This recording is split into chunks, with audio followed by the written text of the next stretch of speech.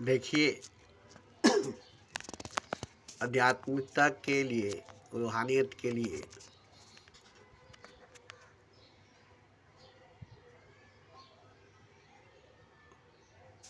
दो बड़े दिग्गज ब्रांडेड गुरु हुए, जिनका नाम जेडू कृष्णमूर्ति है और रजनीश आचार्य ओशो है।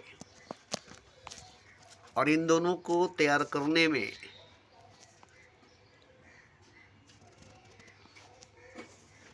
बड़े बड़े ऋषि मुनियों का हाथ थी।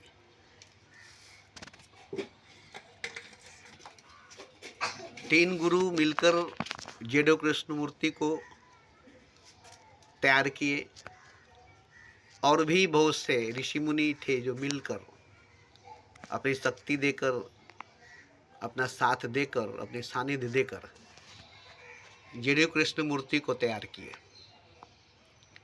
ताकि बुद्ध उसमें उतर सके, बुद्ध को उसमें उतारा जा सके।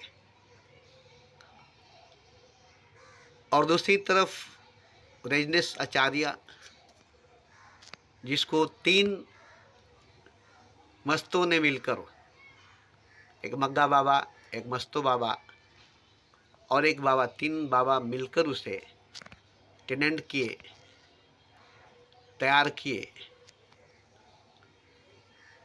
तब ये लोग संसार में, दुनिया में उतरे आध्यात्मिकता के लिए, रूहानियत के लिए, जो आज बड़े मशहूर हुए हैं, जेडो कृष्णमूर्ति भी और रजनीश आचार्य ओशो भी। और इसके बहुत फॉलोअर भी हैं, बहुत शिष्य भी हैं और बहुत सारे आश्रम भी हैं। तो इनको तैयार करने में ऋषियों का हाथ था, साधु सन्यासियों का हाथ था। और ये लोग 1990 में, 95 में मरे। इनका शरीर छूटा, ये परम समाधि में लीन हुए, परम समाधि को उपलब्ध हुए। उसके बाद मुझे इस रास्ते में घसीट कर लाया गया और मुझे लाने के लिए कोई साधु सन्यासी, कोई ऋषि मुनि का हाथ नहीं था। कुदरत का, नेचर का, खुदा का हाथ था। मुझे आध्यात्मिक रूहानियत में घसीट कर लाने का इरादा जो थी, जबरन जबरदस्ती, हर तरफ से बांध छान करके, हर तरफ से नाकामी का मुंह दिखा करके, हर तरफ से धोखा, फ्रेब, चोट पहुंचा करके, घेर करके, जबरदस्ती जबरन मुझे संसार से निकाल कर, घसीट कर आध्यात्मिकता में, रूहानियत में लाया गया। मैं नहीं चाहता था कभी भी, कभी भी नहीं।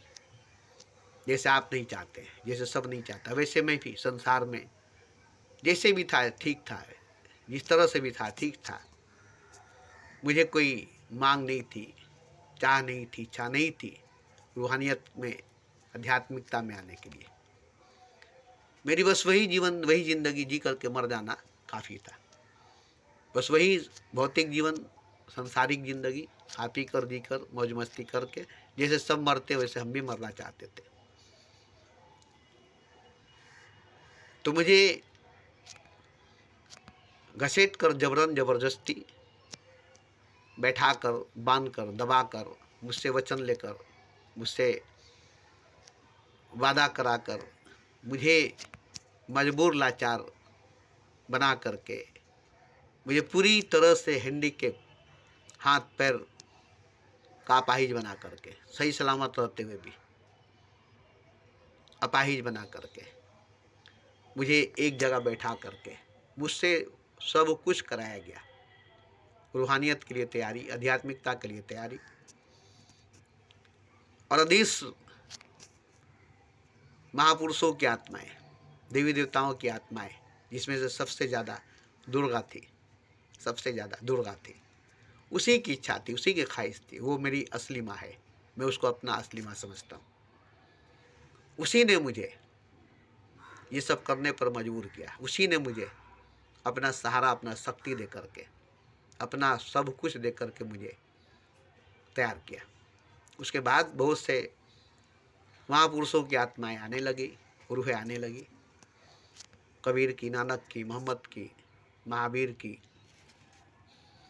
कृष्ण की, राम की, इन सब की आत्माएं, रूहें आकर मुझसे जुड़ने लगी। मगर शुरुआत में जो उंगली पकड़कर चलाने वाली थी वो दुर्गा थी, जो मेरी माँ है, जिसको मैं अपना माँ मानता हूँ, जिसका मैं पुत्र, जिसका मैं बेटा हूँ। उसकी ख्वाहिश थी, उसकी तमन्ना थी कि मैं इसमें कदम रखूं, क्योंकि वो हमेशा मेरे साथ, मेरे संग रहा करती थी। मैं बचपन से उसे अपने आसपास देखता रहा। तो खैर, उस माँ की तमन्ना थी, उस माँ की ख्वाहिश थी कि मैं अब आध्यात्मिक के सफ़र में कदम रखूं, रूहानियत के सफ़र में कदम रखूं। कुछ इच्छाएं उनकी थी, कुछ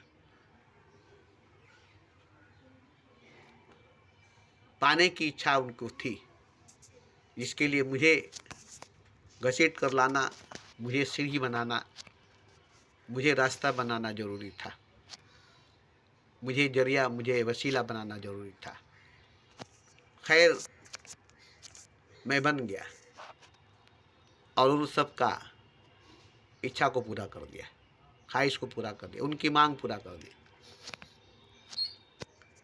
असल मेरे वही थे, असल मेरे वही थे। उन्हीं के लिए मुझे ये सब करना पड़ा, क्योंकि मैं उससे बहुत प्रेम करता हूँ। मेरी बस वही एक माँ है, दुर्गा माँ, और मेरा कोई नहीं है, और मेरा कोई नहीं है। उसके बाद ही सभी महापुरुषों से रिलेशन होने लगी, सभी महापुरुषों से कनेक्शन होने लगी, सब महापुरुष जुड़ने लगे, सबने योगदान किया, सबने संग दिया, साथ दिया, अपनी शक्ति, अपनी ऊर्जा, अपना पावर दिया। सब मिलकर मुझे ईश्वर के तरफ, खुदा की तरफ उठाने की कोशिश किया। और सबसे पहली नंबर बात, खुद खुदा को ही ये मंजूर था, खुदा के तरफ से ही ये बात थी। इसलिए खुदा का सबसे बड़ा हाथ था, सबसे बड़ा हाथ खुदा का था। मैंने खुद ये बात कहा भी कि पूरी दुनिया में एक मैं ही क्यों, इतने सारे हैं, सबको छोड़कर मुझे ही क्यों। इसका जवाब खुदा को देना था। उसने कहा कि तुम खुद जवाब दोगे, क्यों मैंने तुम्हें चुना। ऐसे तो बहुत है, मेरे ही बनाए हुए, मेरे ही हाथों के बनाए हुए, जिसको मैं अच्छी तरह से जानता हूँ। मैं ही बनाया हूँ सबको, मैं ही जानता हूँ। तुमको भी मैंने ही बनाया है और तुमको भी मैं जानता हूँ। मेरे हाथों से ही तुम बने हो और मैंने अपने लिए तुम्हें चुना है। तो मैंने कहा कि सिर्फ मुझे क्यों तुमने चुना, और भी तो एक से एक है।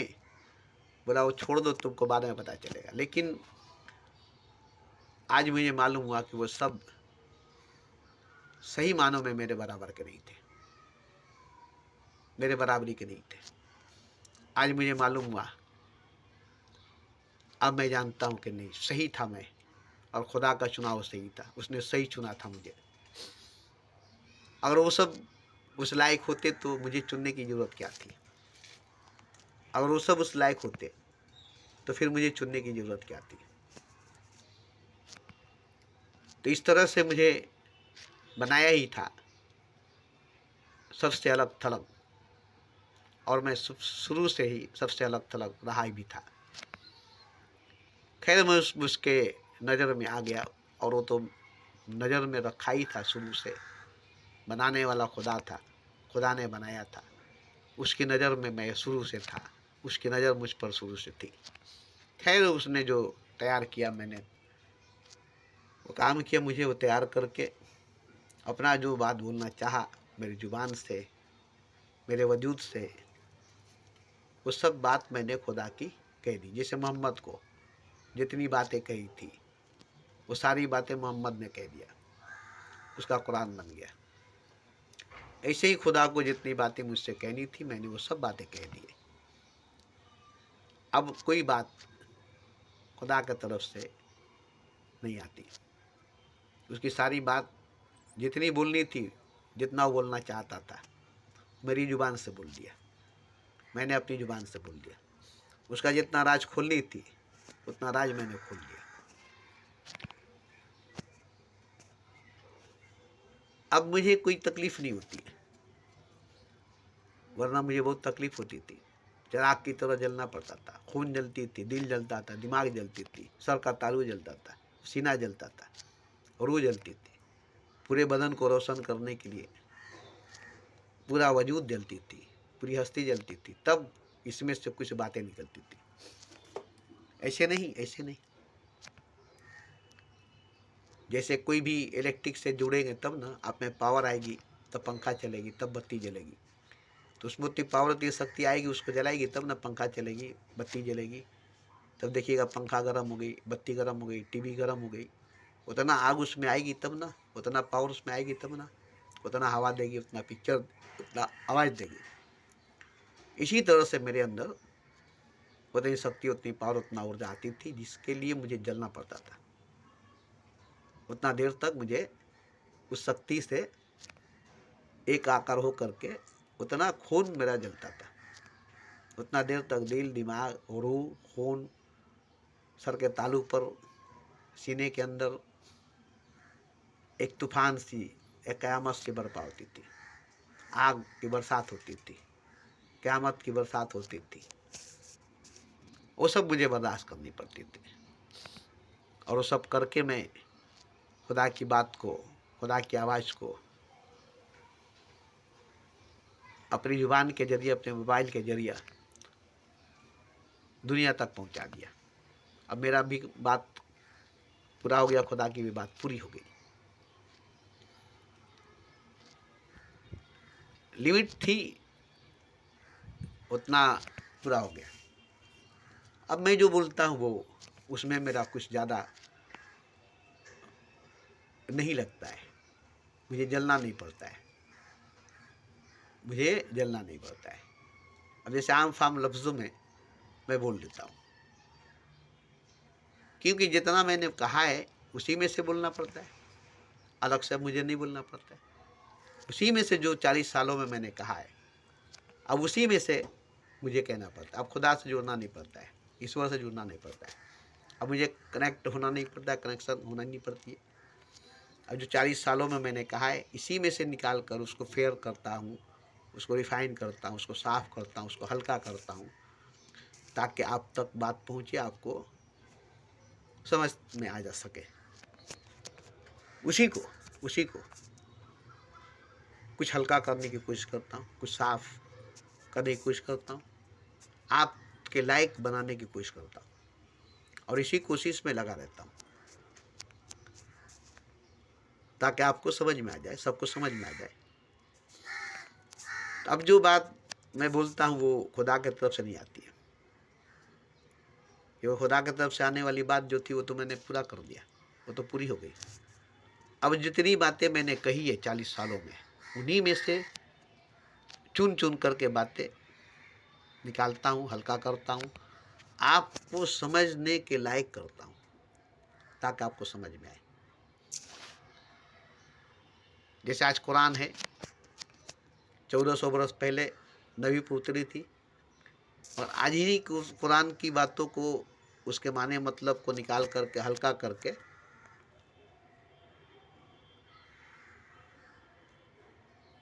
आलिम मौलाना बताने की कोशिश करते हैं। इसी तरह से अब वो तो खुदा से नहीं जुड़ते। मोहम्मद 1400 बरस पहले खुदा से जुड़े थे, तो वो बात कुरान बनी। अब जो कुरान की बात है उसको समझाने के लिए उसे हल्का करके, उसे तोड़ तोड़ करके, उसे छोटा छोटा करके आम फाम लफ्ज़ों में पेश करने की कोशिश में लगे हुए हैं। ऐसे ही मैं भी, वो तो 23 साल में कंप्लीट हुई और मुझे 40 साल लगा। 20 साल की उम्र से लेकर 60 साल तक 24 घंटा जुड़ा था। वो तो कभी कभी आती थी, कभी महीने में एक बार, कभी हफ्ते में एक बार। मेरे पास तो 24 घंटा निरंतर बरसता रहता था खुदा की बात, और मैं खुदा की बात 24 घंटा निरंतर करता रहता। उसी में मस्त रहता था, उसी में मलंग रहता था, उसी में डूबा खोया रहता था, रात दिन उसी में, रात दिन उसी में। मगर अब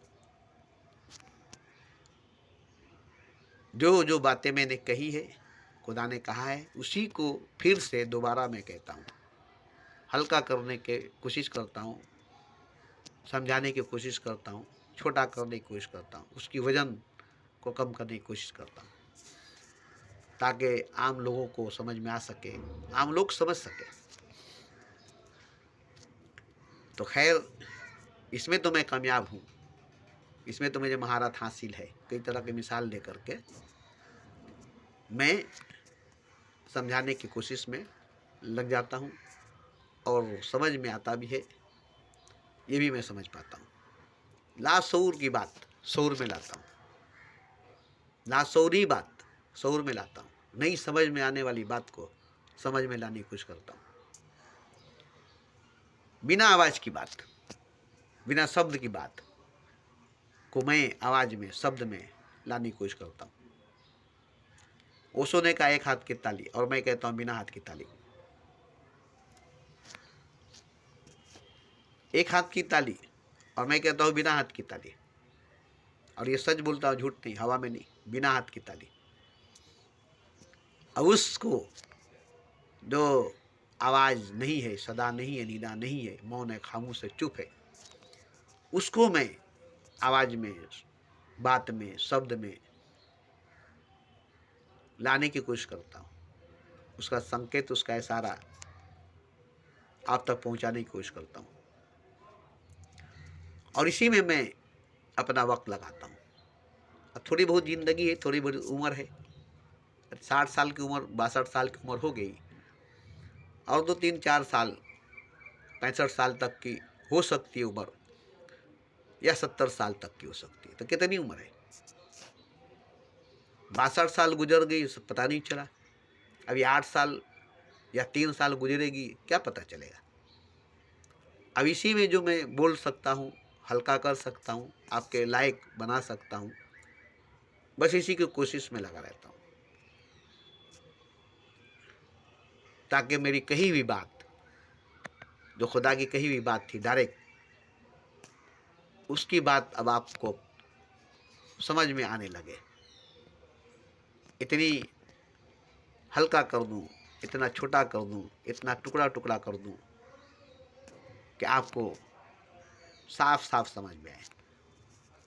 इसी में मैं लगा हूँ, अब मैं इसी में लगा हूँ, बात को हल्का करने में, लाव शऊर को शऊर में लाने की, अनदेखी को देखी में लाने की, अनकही को कही में लाने की, मौन को खामोश को, चुप्पी को शब्दों में, लफ्ज़ों में, बातों में लाने की कोशिश में अब मैं रहता हूँ, और लाता भी हूँ, लाता भी हूँ। इसमें मुझे महारत हासिल भी है, क्योंकि इतना मैंने साधना, तपस्या, ध्यान, प्रेम कर चुका हूँ। पूरी लाइफ, पूरी ज़िंदगी, पूरी हस्ती को मिटा चुका हूँ।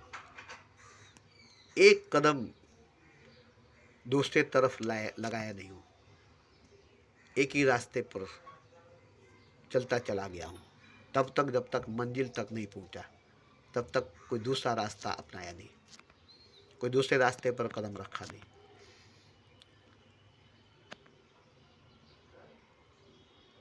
तो खैर, ये तो मेरी जाती ज़िंदगी है, इससे आपको कोई लेना देना नहीं है।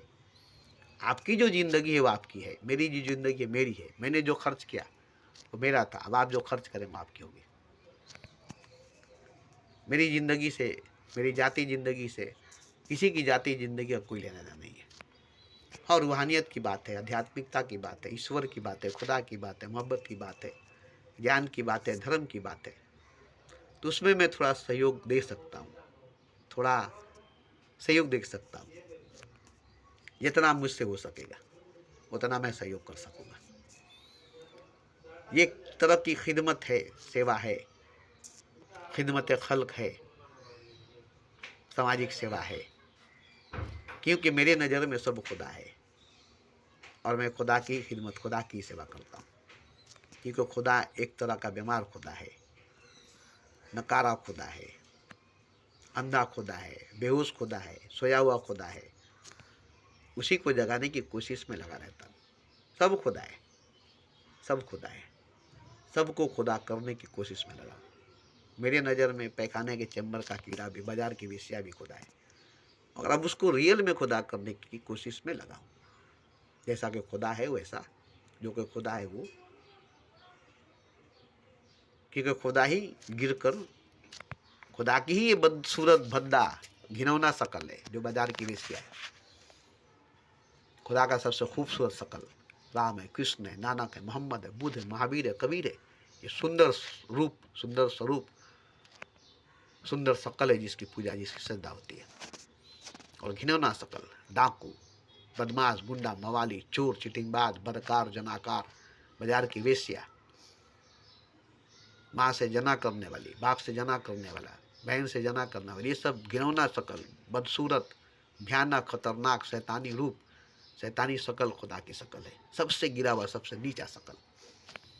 जैसे मोर सुंदर खूबसूरत है, उसकी पाँव कितनी बदसूरत, कितनी घिनौनी है, ऐसे ही ये घिनौना शकल, बदसूरत, भयानक, खतरनाक, डरावना शकल भी खुदा की है। अब इसको वापस खूबसूरत, सुंदर ऑपरेशन करके, इलाज करके, सेवा करके, खिदमत करके, इसकी गंदगी, इसकी गलाजत को दूर करके, इसको रिफाइन, इसको क्लियर, इसको फेयर करके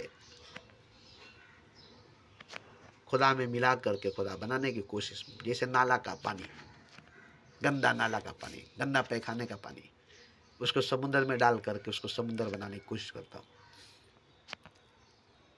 बिल्कुल कलकत्ता का शहर का पूरा नाला, गंदा नाला को पीने के लिए कोई तैयार नहीं होगा, मगर वही गंदा नाला हेस्टिन में, बड़ा नाला, दरिया में आकर पवित्र हो जाती है, साफ हो जाती है, और सागर में जाकर के पूरा पवित्र और साफ हो जाती है। तो पैखाने के चैम्बर का, नाली का गंदा, पूरा शहर का गंदगी का पानी जिसको आप पी नहीं सकेंगे, वो गंगा में जाते ही पीने के लायक हो जाती है, समुद्र में जाते ही पीने के लायक हो जाती है। तो उसी तरह से सबसे नीचा, सबसे गिरा हुआ, सबसे भयानक, सबसे बदसूरत, सबसे बदकार, सबसे बेकार कूड़े करकट को जैसे काम में लगाना, गोबर मिट्टी को जैसे खाद में लगाना, पैखाने को खाद बनाना, गोबर को खाद बनाना, पैखाने को खाद बनाना, और खाद बना करके खेती में डालना, बाग बगीचों में डालना, जिससे ज़्यादा अनाज होना, ज़्यादा फूल होना, या किसी गड्ढे को भरना, किसी खाई को भरना कूड़े करकट से, गंदी गलाजत से, तो ये सब उस काम में आ जाते हैं। इनका भी काम हो जाता है, खाद बनाने में गोबर की पैखाने की काम आती है। भगाड़ में जो कूड़ा करकट जाती है, भगाड़ में जो पैखाना वगैरह जाता है कारपोरेशन का, उसको खाद बनाकर फिर वापस खेत में लाया जाता है, और खेत में डालने के बाद अनाज में आ जाता है, आपके बर्तन में, आपके खाने में आ जाता है, आपके पेट में आ जाता है, और आप उसे बहुत अच्छे से स्वाद से खा लेते हैं। बागीचों में, फूलों में सुगंध बनकर, खुशबू बनकर आ जाता है, जो दुर्गंध है, बदबू है, तो उसके लिए बनाना पड़ता है ना, खाद बनानी पड़ती है ना। इसी तरह से बुरे से बुरे लोगों को खुदा बनाना, घिनौने से घिनौने लोगों को खुदा बनाना, कातिल बदमाश को मसीहा बनाना, वेश्या को देवी बनाना, अच्छों को नहीं, अच्छों को नहीं, बुरे से बुरे, नीचे से नीचे, गिरे से गिरे हुए लोगों को ऊपर उठाना। अब ये जिम्मेदारी मुझे दी गई है, इस जिम्मेदारी को मैं निभाता हूँ, और इसी के लिए मुझे तैयार किया गया है, और ये काम मैं बखूबी निभाता हूँ, बखूबी। तो जो लोग सबसे नीचे गिरे हुए हैं, सबसे गिरे हुए लोग हैं, वो भी खुदा है। अब उसको ऊपर उठाना, उसको ऊपर ले जाना, उसको पाक साफ पवित्र करके, पापी को पुनी करके, उसको वापस परमात्मा से, खुदा से, ईश्वर से जोड़ना। इसके लिए मुझे बहुत कुछ करना पड़ा है, बहुत कुछ करना पड़ा है, उस लायक मुझे बननी पड़ी है। तो आज कोई भी गुंडा, मवाली, चोर, बदमाश, बाजार की वेश्या, नीचा से नीचा गिरा हुआ, जाहिल से जाहिल, अनपढ़ से अनपढ़ गंवार, जिसको मैं खुदा का दर्जा देता हूँ। क्यों? आज नहीं है मगर कल हो सकता है। आज भी हो सकता है इब्राहिम जैसा ईमान पैदा, आग भी कर सकती है अंदाजे गुलसिता पैदा। कोयले को हीरा बना सकता है, कोयला हीरा हो सकता है। पैखाने के चैम्बर का पायखाना आपके प्लेट में, आपके थाली में वापस आ सकता है। खाद बनाकर, खेत में डालकर, अनाज मिलाकर आपके पेट में लाने के लायक बनाया जा सकता है। रिसाइकिलेबल, रिसाइकिलेबल। तो ये काम मुझे मिली है, इसी काम को करने के लिए मुझे तैयार किया गया और खुद खुदा ने किया है। इस काम को करने के लिए मुझे खुद खुदा ने तैयार किया है, ताकि मैं उसके गंदी, घिनौनी, बदसूरत, भयानक शकल को सर्जरी करके, ऑपरेशन करके, सेवा करके, खिदमत करके, इलाज करके, प्रेम करके फिर से उसको वैसे ही कर दूं जैसा कि वो पहले था। और वो जानता है, वो जानता है, वो समर्थ, वो पावर, इख्तियार मुझे दिया है। वो समर्थ, वो पावर, वो इख्तियार मुझे मिला है। उसकी सर्टिफिकेट मेरे पास है, मोहर लगा हुआ है। जैसे नबियों को मोहर लगा कर भेजा जाता है, ऐसे ही सदगुरुओं को जैसे मोहर लगा कर भेजा जाता है, ऐसे ही मैं भी ब्रांडेड मोहर लगा हुआ सदगुरु, सच्चा गुरु हूँ। ऐसा वैसा नहीं, ऐसे वैसे नहीं। 16 साल की उम्र में इस रास्ते में घसीट कर लाया गया। पहले मुझे मरना पड़ा, मौत से पहले मुलाकात हुई। मौत मेरा गुरु बना, फिर जीवन मेरी गुरु बनी, फिर दुर्गा, फिर अदृश्य साधु सन्यासी, फिर महापुरुषों की रूहानी, बहुत कुछ जोड़ करके, बहुत कुछ ले करके तब मैं आज इस जगह, इस मकाम पर पहुंचा हूँ। इसमें सबका हाथ है, इसमें सबका हाथ है। अकेले नहीं, अकेला ही चला था जानिबे मंजिल, लोग आते गए और कारवा बनता गया। तो अकेला चला था तब ना, लोग आते गए और कारवा बनता गया।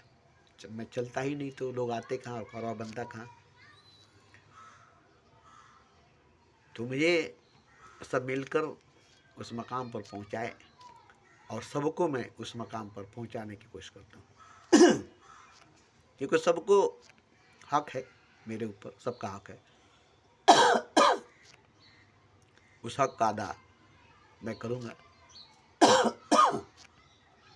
मरते दम तक निभाऊंगा, मरते दम तक निभाऊंगा।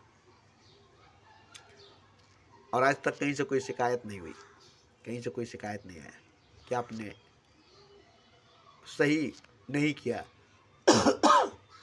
आपसे सही नहीं हुआ। कहीं से कोई शिकायत नहीं आई। तो खैर, ये तो मेरी ज़िंदगी सबके नाम कर दिया गया था, सबके लिए मेरी ज़िंदगी को तैयार किया गया था और मैं कामयाब हुआ, तैयार हुआ। ठीक है, सबका भला हो, सबकी भलाई हो, यही तो मैं चाहता भी था बचपन में। अपने लिए कभी दुआ नहीं किया, कभी भी अपने लिए दुआ नहीं किया, अपने लिए दवा नहीं किया, अपने लिए कुछ भी नहीं किया। खुदा के बंदों के लिए, नबी के उम्मतों के लिए मैंने जो कुछ किया, कभी अपने लिए हाथ उठाकर न बचपन में मांगा, न भी मांगा, और न बचपन में मांगा, न भी मैं मांगता हूँ। जो मिल गया था मुझे, मैं उसी में खुश था, वही ज़िंदगी जीकर मैं खुश था। उसमें जो मिला बस, उसके बाद मैंने कभी कुछ लिया नहीं, क्योंकि मैंने तो अपने जीवन दे दिया, सेवा के नाम पर, खिदमत के नाम पर लगा दिया। अब क्या लूँगा? दिया हुआ चीज़ लिया जाता है, दे करके कुछ लेता है। तो ये मेरी खुशकिस्मती है कि मैं काम आया, ये मेरी खुशकिस्मती है कि मैं काम आया, वो भी खुदा के काम आया, खुदा के काम आया। गुमराह बंदों को खुदा के रास्ते पर, गिरा हुआ, नीचा हुआ खुदा को खुदा तक ले जाने के काम आया।